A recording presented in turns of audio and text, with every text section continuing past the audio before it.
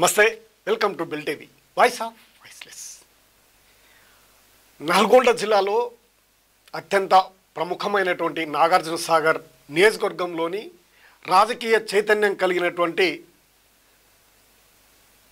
బడుగు బలహీన వర్గాల మండలం త్రిపురారం మండలం. నాగార్జున సాగర్ నియోజకవర్గ రాజకీయ సమీకరణను, రాజకీయ మార్పుకు కేంద్ర బిందువు త్రిపురారం మండలంగా చెప్పుకోవచ్చు. అందుకు ప్రధానమైనటువంటి కారణాలు మనం ఒకసారి చూసినట్లయితే అనేక పరిణామాలకు 1994లో జానారెడ్డి ఓటమికి పునాదులు పడ్డది కూడా ఈ మండలంలోనే.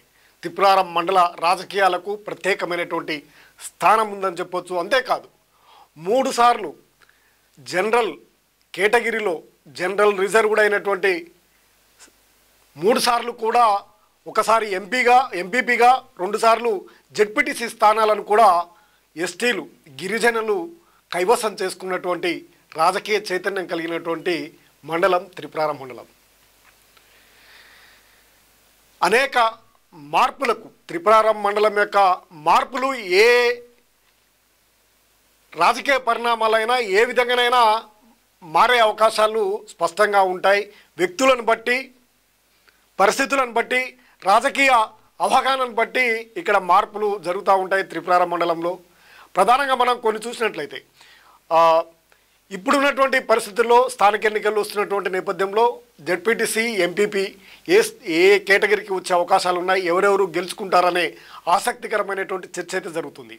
ఇప్పుడు అధికారంలో ఉన్నటువంటి కాంగ్రెస్ పార్టీ గెలుచుకునే అవకాశాలు స్పష్టంగా కనిపిస్తున్నప్పటికీ రాజకీయ పరిస్థితులు, సామాజిక పరిస్థితులు మార్పుకు కేంద్ర బిందువు అయినటువంటి త్రిపురారంలో ఏదైనా జరగవచ్చు అనే అంశాన్నే ప్రధానంగా ప్రస్తావిస్తూ ఉన్నారు అక్కడ ఉన్నటువంటి రాజకీయ విశ్లేషకులు.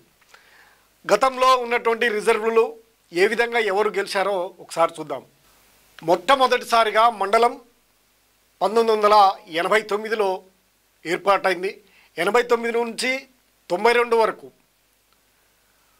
ఎంపీపీగా, అప్పుడు జెడ్పీటీసీ స్థానాలు లేకుండే ఎంపీపీగా తొలిసారి జనరల్ కేటగిరీలో సిపిఎం అభ్యర్థిగా బరిలోకి దిగినటువంటి ఇస్లావత్ రామచంద్ర నాయక్ జనరల్ సీటును గెలుచుకొని ఆయన ఎంపీపీగా కొనసాగారు. అప్పుడు జనరల్ ఎలక్షన్ ఉండేది. ఎంపీపీ అంటే ఎంపీటీసీలతో కాకుండా జనరల్గా ఉండేది. దాదాపు దాన్ని ఒక జెడ్పీటీసీ స్థానంగానే పేర్కొనవచ్చు. ఆ రోజులలో అది అత్యంత కీలకమైనటువంటిది.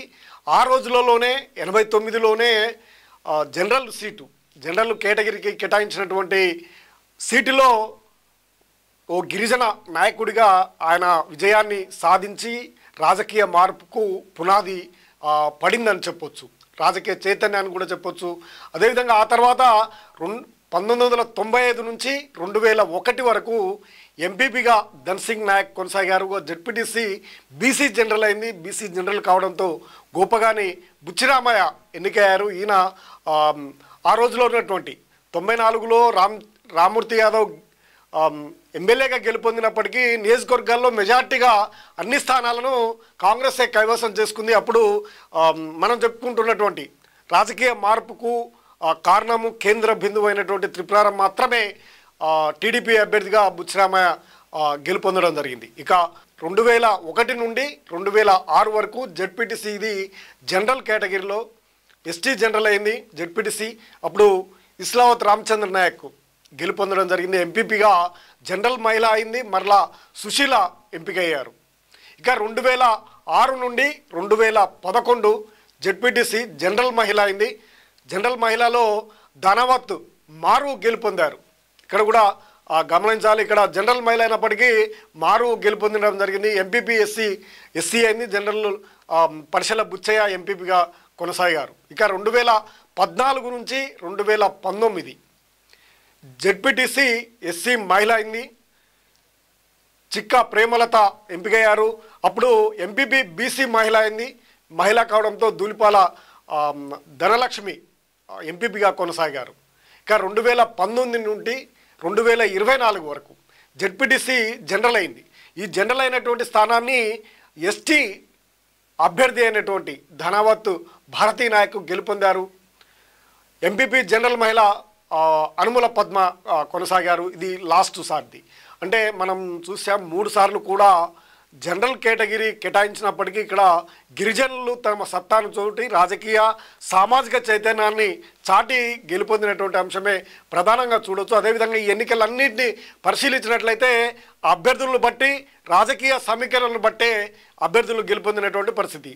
గత చివరి ఎన్నికల్లో సీనియర్ నాయకుడు మాజీ ఎంపీపీ పోటీ చేసిన సమయంలోనే అప్పుడున్నటువంటి సమయంలో అధికార బీఆర్ఎస్ పార్టీ ఉన్నప్పటికీ ధనవత్ భారతి నాయకు గెలుపొందినటువంటి పరిస్థితులను కూడా చూస్తే ఇది సామాజిక రాజకీయ చైతన్యానికి ఒక చిహ్నంగా త్రిపురారం మండలాన్ని పేర్కొనవచ్చు.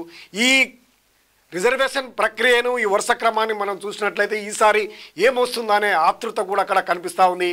ఈ వచ్చేటువంటి రిజర్వేషన్లు బట్టే రాజకీయ మార్పులు సమీకరణలు సామాజిక సమీకరణలు కూడా జరుగుతాయి. ముఖ్యంగా త్రిపురారం మండలంలో దీన్ని ఎవరు కూడా ఆపలేరు. ఏ నాయకుడు వచ్చినా రాష్ట్ర స్థాయి జిల్లా స్థాయి నాయకులు వచ్చినా కానీ ఈ మార్పులను ఆపలేరు.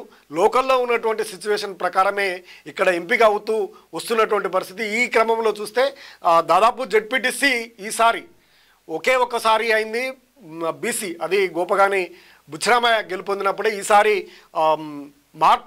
రిజర్వేషన్లు మార్పు అయినట్లయితే దాదాపు జెడ్పీటీసీ బీసీ అయ్యే అవకాశం ఉందనేది ఈ వరుస క్రమాన్ని చూసినా అర్థమవుతుంది. ఇక్కడ జనాభా కూడా బీసీ జనాభా గణనీయంగా ఉండడంతో ఆ విధంగా వచ్చే అవకాశం అయితే ఉంది. ఎందుకంటే 2 సార్లు జనరల్ మహిళ అయినప్పటికీ బీసీ మాత్రం ఒకేసారి అయింది. కాబట్టి ఈసారి బీసీ అయ్యే అవకాశాలు ఉంది మారుతాయి.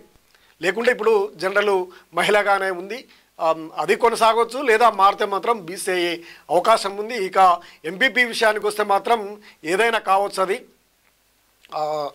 అవకాశం ఉంది, ఏదైనా అయ్యే అవకాశం అయితే ఉంది. ఎస్టీ కావచ్చు, బీసీ కావచ్చు, మరి ఏదైనా అయ్యే అవకాశాలు ఉన్నాయనే సమీకరణలు చర్చలు అయితే జరుగుతూ ఉన్నాయి. ఏది ఏమైనప్పటికీ త్రిపురారం మండలం రాజకీయ సామాజిక చైతన్యానికి ఒక సూచికగా చెప్పుకోవచ్చు. ఇది ప్రజాస్వామ్యానికి ఎంతో అవసరం. అభ్యర్థులను బట్టి సమీకరణలను బట్టి అభ్యర్థులను గెలిపించుకోవడం అనేది మార్పుకు చిహ్నం. ఇది ఇక్కడి నుండే మొదలైంది. ఇది నియోజకవర్గ వ్యాప్తంగా కూడా వ్యాపించింది. ఈ త్రిపురారం మండలానికి సంబంధించినటువంటి రాజకీయ సమీకరణలు ఎప్పటికెప్పుడు మార్పులు చేర్పులు వస్తూ ఉంటాయి.